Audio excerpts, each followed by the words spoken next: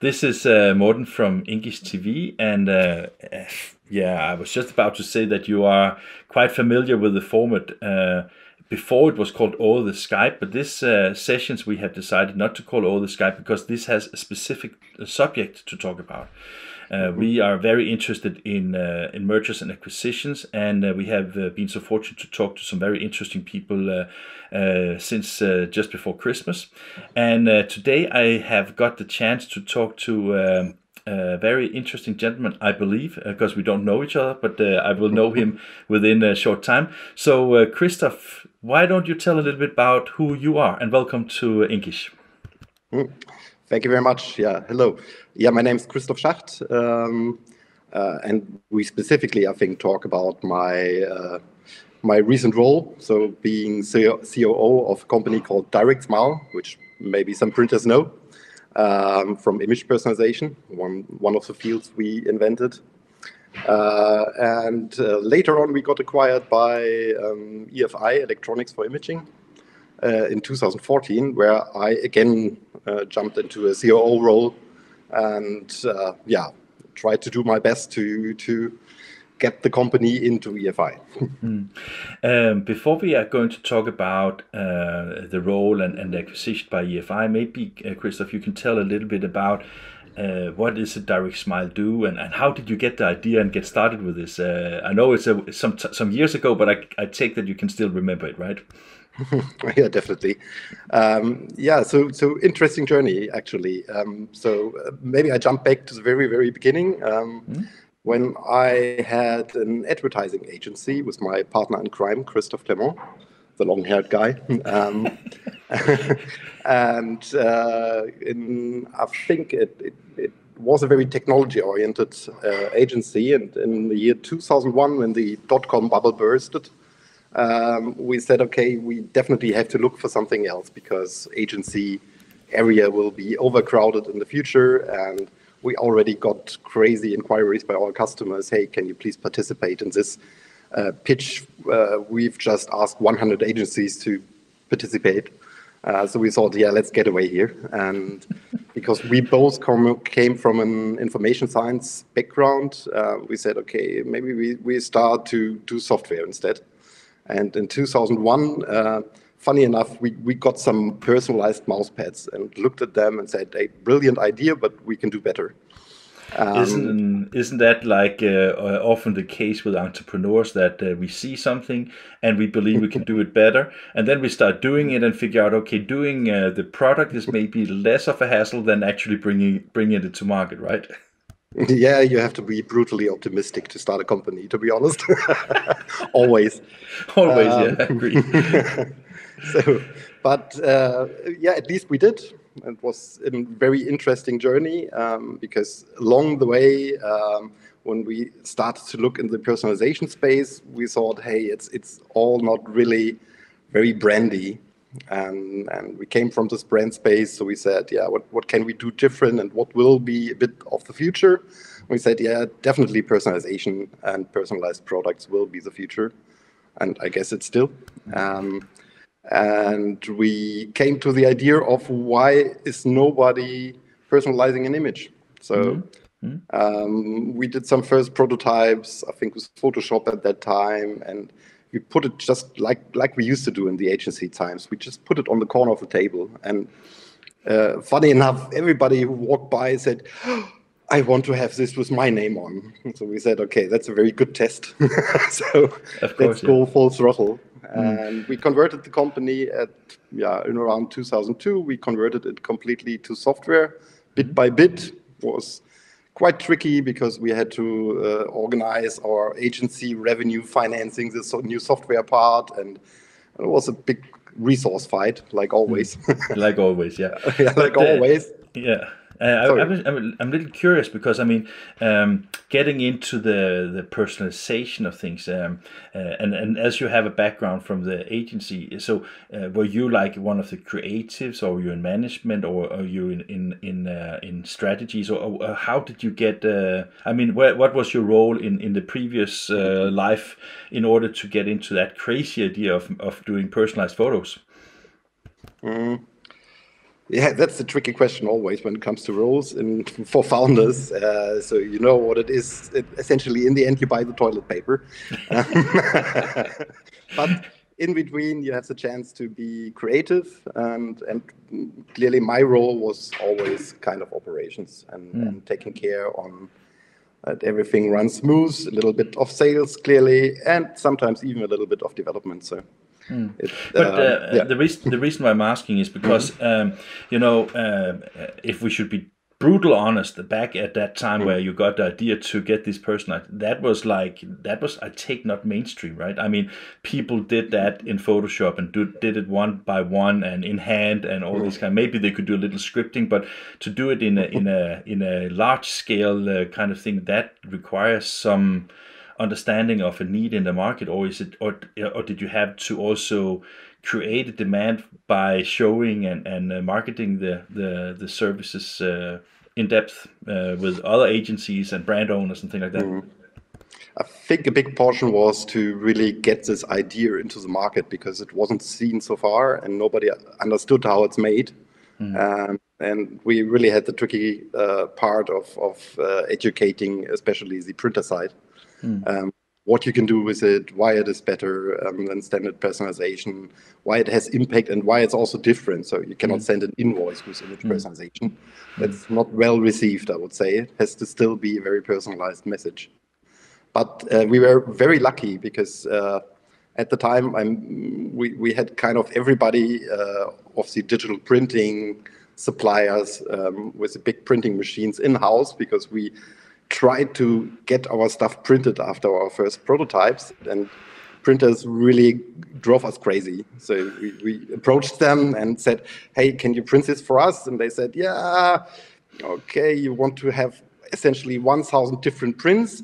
So normally we charge 20 euros per pre-flight, but we give you a special deal, let's say 5 euros per piece. We said, yeah, that's absolutely ridiculous. So we knew that we had to first buy a machine to learn how to market the stuff and everything. That's how we came to, funny enough, in the end, HP, by a very nice guy from HP who really sold us a price that he wasn't really allowed to do, I would say.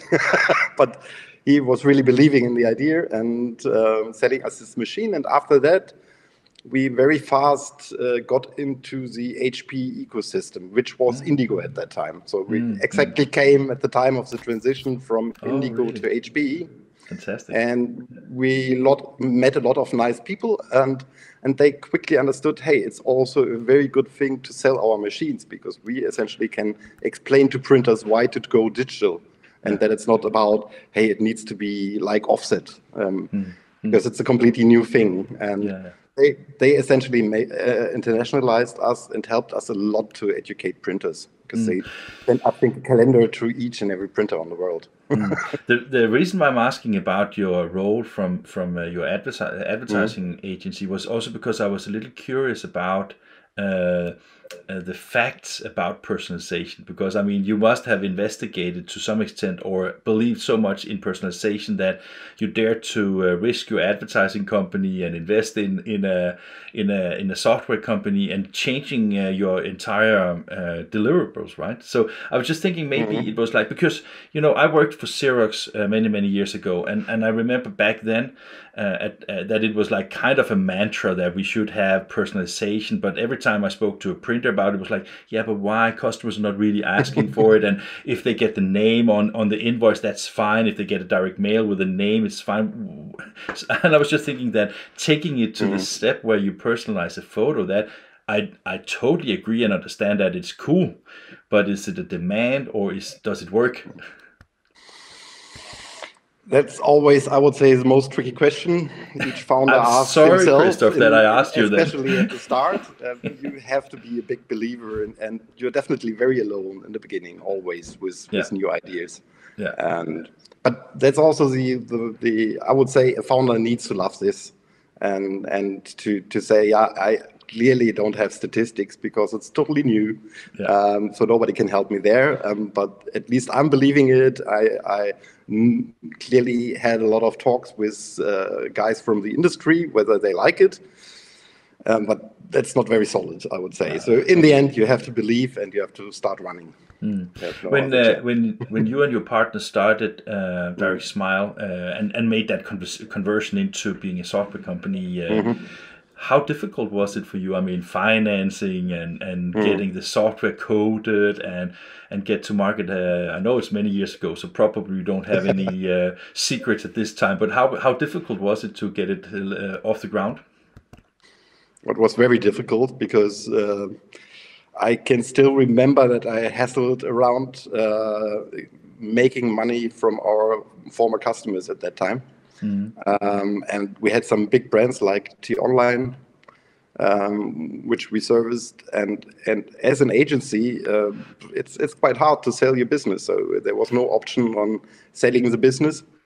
So what we did was kind of shifting the business out. So at that time, I followed the strategy of asking some very, very good friends of mine with agencies if they would be interested in getting a customer and making a crazy deal, which was, hey, you do all the work, but we get in the first year 50% of the revenue, in the second year 30%, in the third year 20% of the revenue.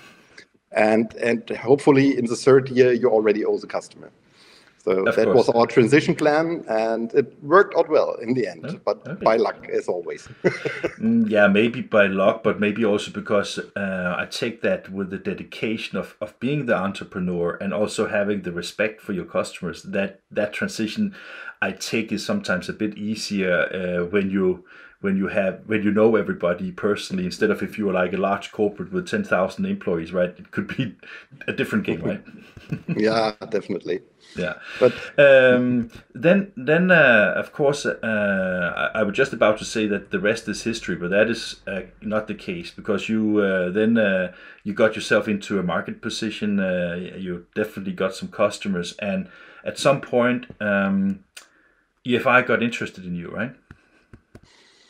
Yes, and I hope we also influenced this a bit. So was it an active decision from you to find a partner and have an exit strategy, or was it something that just happened kind of overnight? No, I think it was really driven by us, because in the years before, so in around 2012-ish, we tried to get over to US from the European market, and we wasted millions, to say it honestly, in the try to do so, and we really failed to get a good foothold in the US market. And then we needed additional cash to continue this journey. And we also knew that this is roughly 50% of our market, so we couldn't just say, yeah, screw that, we failed, and just stay in Europe. And then after talking to all the shareholders, we knew that we are kind of alone, and that it doesn't make sense just from the revenue to try this again, especially since we already failed, I think, 3 times. We tried it alone, we tried it with partners, and we tried it by setting up a branch over there, and every time it was ended in kind of a disaster. So that's when we said, okay, now we are kind of stuck on our curve, and it's okay. We had pretty good revenue at this time, but and pretty good customers as well. But we said, okay, now it's time to just move on and find a bigger partner who can maybe help us to overcome this gap, essentially going over the Atlantic. Yeah. And that's how we came to EFI. Yeah. And if you look at, let's say that before you got into a position where you were actively thinking about an acquisition or sales of Direct Smile, did you make a list of potential buyers that you would like to talk to, or I mean, how do you get from let's say that some of the people that hopefully watches this conversation, let's say that they are into selling their companies, from identifying that you can become bigger by having the right partners, what steps do you take to get there? Yeah, it's always, I would say, like always in business, it's a mixture of a plan and some good luck. And clearly, our plan was to be acquired by one of the machine vendors in the beginning. We thought it makes a lot of sense if Canon, HP, Xerox would acquire us, because makes sense. And when you look at the acquisitions which happened in the web to print market space, it was most of the times this case. But then I think luck came to us in form of an acquisition guy who was met by Christoph Clement on an airport, and they talked to each other. And he said, "Yeah, I have good connections to EFI, so maybe if you'd like to consider this, let's start talking." And we also had some others interested into us. So a good situation, and that's maybe the advice, if you would say it, would be make sure that there's not only one guy interested in you, because that doesn't make a good deal. Yeah, that's true. And as you said a couple of times, I think that being in an airport and meeting somebody who has access to the secret keys of EFI is I think we can agree on that. That is kind of a lucky situation, right? So, how from when you met that guy and from you started thinking about being sold or finding a financial stronger partner, how long time did that take? It was pretty fast in the end. I think it was from our first talk that EFI might be a thing to the closing date was less than a year. So, wow. So that was, and in that period of time, was that like, I have never been acquired, but I take that you have to talk about pricing and terms and some kind of due diligence and all these kind of things. Was that also the case with the EFI and Direct Smile, or how big a company were you at the time? I mean, how many employees did you have at that time? We had 32 employees at that time. Yeah. With I would say for this number of employees, too low revenue of 3.5 million euros, roughly. And yeah, so there was a lot of stages. So there was the initial stage where it's more like about, okay, let's talk to the key people. Let's see if it all can work out, if there is a joint future. And especially for us, clearly, our focus was, hey, how can we develop this company further with the help of this new partner? So that was roughly, I would say, 3 months of getting known to each other. Then big initial round with kind of everybody on the table, all the key people talking to each other, and then roughly 4 months of brutal due diligence. And okay, brutal. Yeah, it was really brutal, I would say. I can imagine, because I mean, here comes a German company and wants to be acquired by an American company, and I take that a lot of Americans they really want to dig into the details to be sure that they pay less than they ought to, right? I'm just kidding. No, definitely, and I think we even got into a worse situation because I don't know, that's just guessing from my end, so no secrets told. But my guess is that they had an acquisition before which was going not so well. So they really, one of my lawyers said, hey, they did a due diligence on you, like with Daimler Chrysler. It's absolutely mad.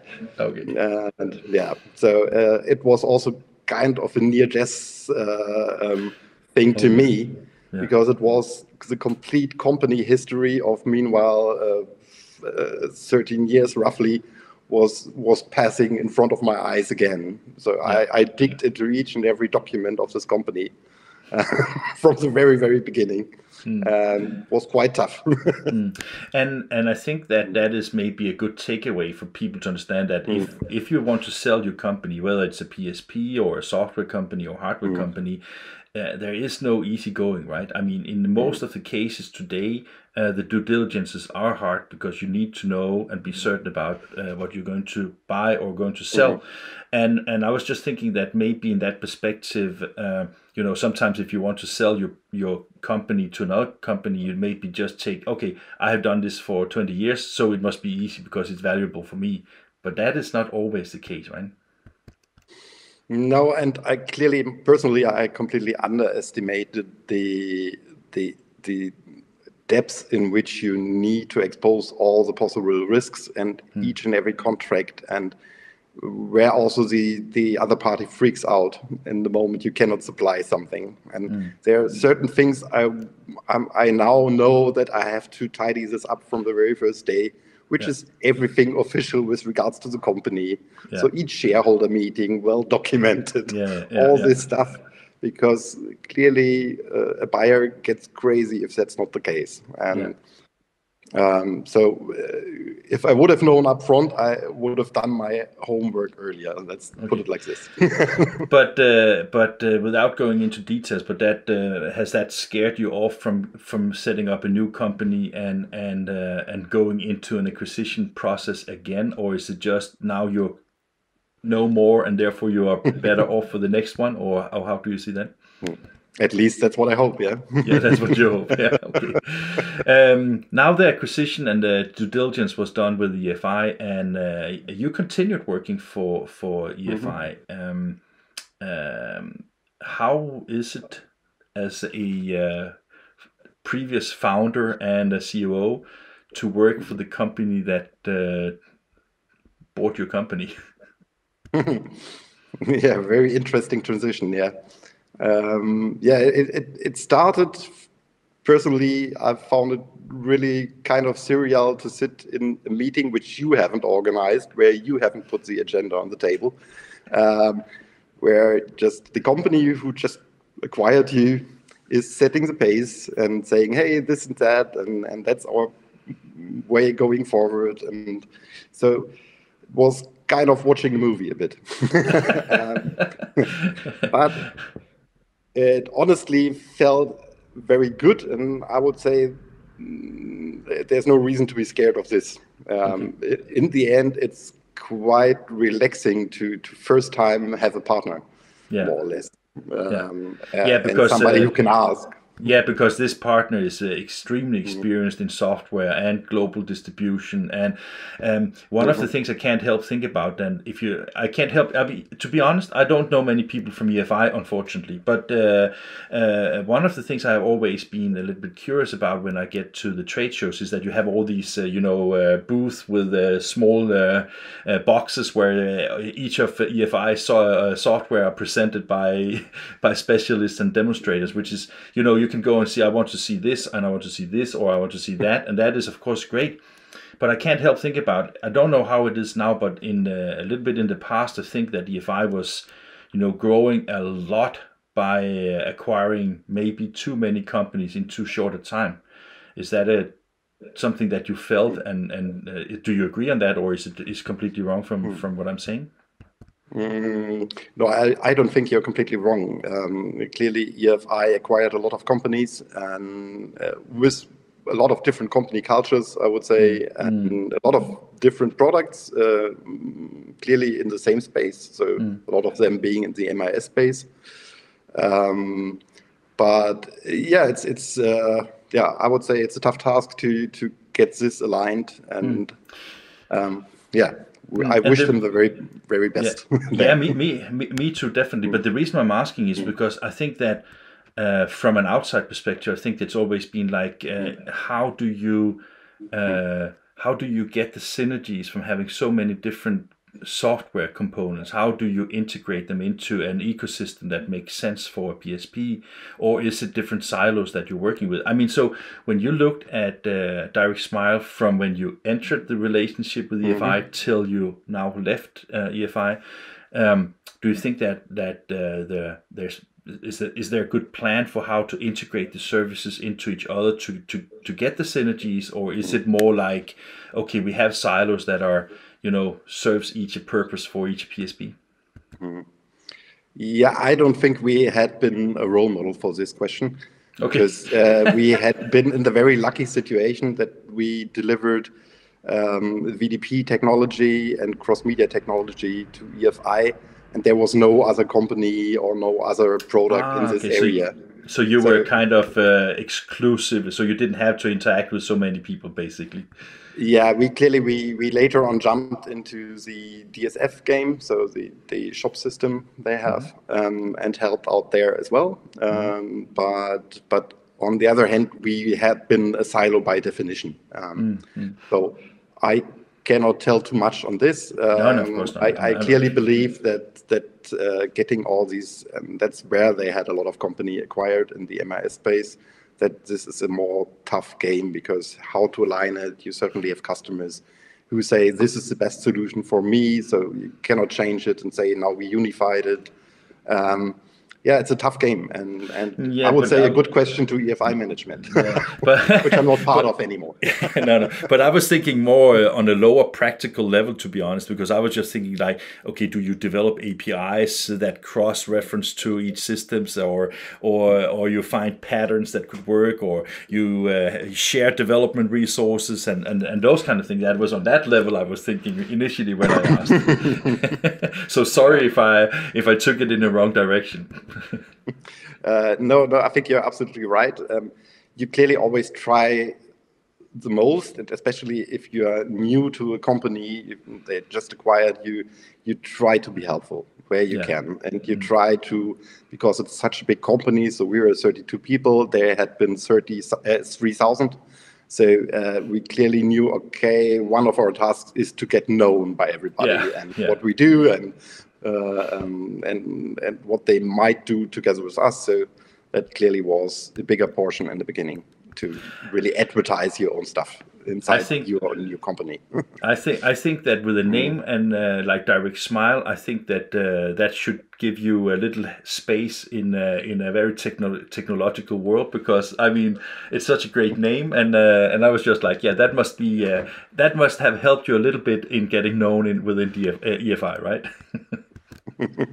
Yeah, that's good. At least it already sets a mood Yeah, from that's the right. very Yeah. start. That's right. Yeah. So I can't help think about that the acquisition process. It seems that it was a tough journey. Hopefully, it's been worthwhile for you and your partners afterwards to get in that position. What? I mean, I'm just curious. When was it you left EFI? Because you went then joined the company for some years as CEO for continue working with the one. When did you leave EFI?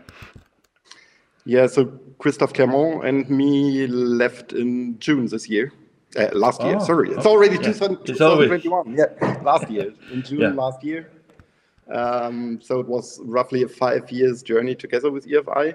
Very interesting.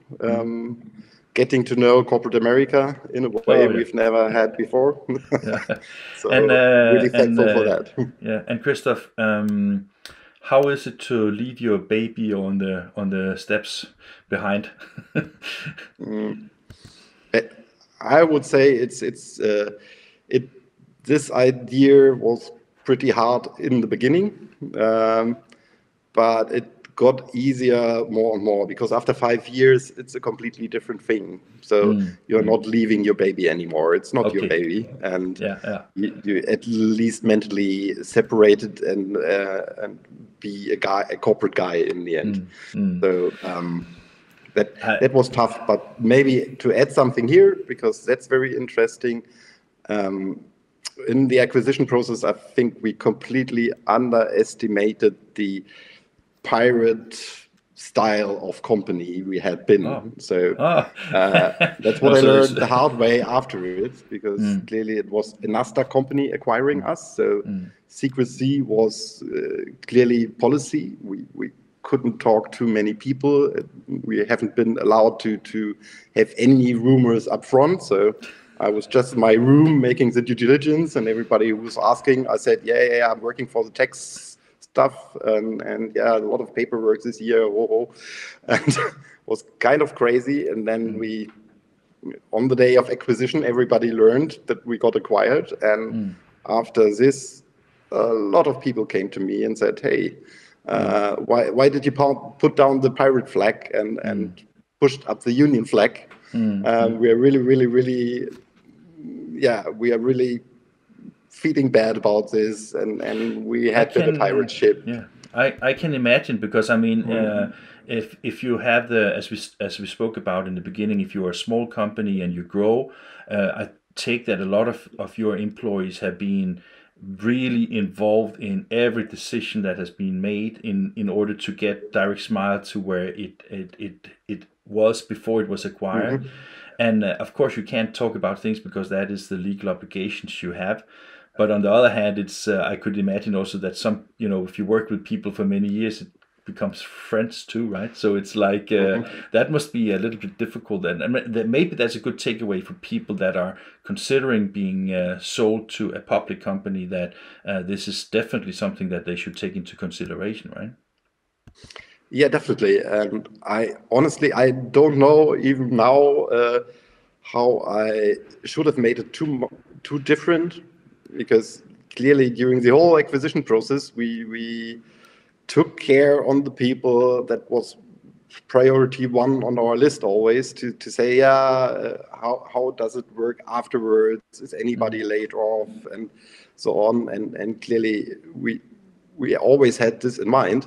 Learning afterwards that it is not only that you take care, it's really about communication. I don't know how to solve this next time, to be honest. No, I think that the only thing that I can tell you that we have learned in these past weeks is that I spoke to Ken Stack, who has been involved with some acquisitions in the printing industry as well, but for the inkjet side. And he said that an acquisition process should never take more than 6 months. So maybe the best thing you can do is being as prepared as possible, so that due diligence and acquisition time is shortened as much as possible. Maybe that's a good advice. Essentially, it took 6 months with us. So from the let's go with the process to the closing date, it was even less, I think, than 6 months. Okay. So, So, Christoph, in all these learnings that you and the other Christoph have had in these years, I before we turned on the camera, I asked you what is Printess, because you have, I think it's deliberately. I don't take that your house normally have advertising space on the staircase, right? not normal, no. Yeah, so that's Printess is our new baby, kind of.